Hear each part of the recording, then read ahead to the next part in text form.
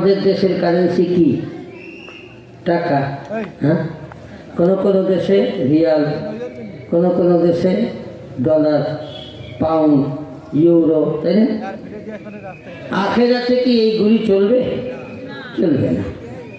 আখেরাতের কারেন্সি, আখেরাতের টাকা হলো নেকি। আল্লাহ নবী সাল্লাল্লাহু আলাইহি ওয়াসাল্লাম বলেন, বান্দা যখন আলহামদুলিল্লাহ শব্দ বলে আল্লাহ তাআলা এত পরিমাণ নেকি দান করেন, এত পরিমাণ নেকি দান করেন যে ওই নেকির দ্বারা বান্দার নেকি মাপার পাল্লা, মিজানকে নেকির দ্বারা পরিপূর্ণ করে দেয়। এবার বলেছি সুবহানাল্লাহ, তাই না? কি লাভ হয়েছে জানেন?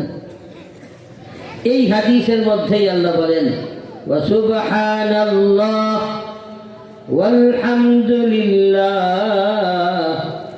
তামলাআনি আও তামলাউ মা বাইনাস সামাওয়াতি ওয়াল আরদ।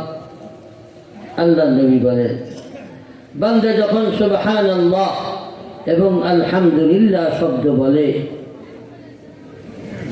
আল্লাহ নবী সাল্লাল্লাহু আলাইহি ওয়াসাল্লাম বলেন আল্লাহ এত পরিমাণ নেকি দান করেন, এত পরিমাণ নেকি দান করেন যে ওই নেকির দ্বারা আসমান এবং জমিনের মাঝে খালি জায়গাগুলি নেকির দ্বারা আল্লাহ পরিপূর্ণ করে দেন।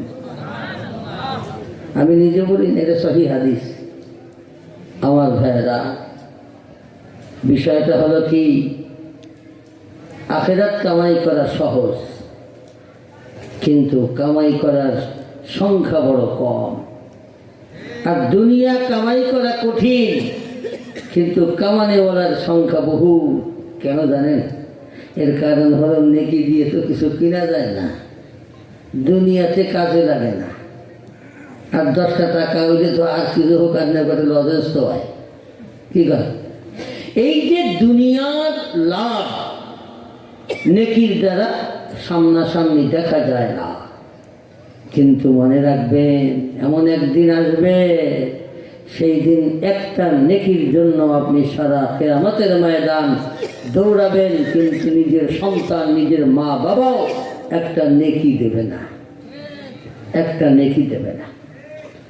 আমার ভাইরা, এজন্য সময় থাকতে বেশি বেশি আখিরাতের সম্পদ কামাই করে নেওয়া দরকার।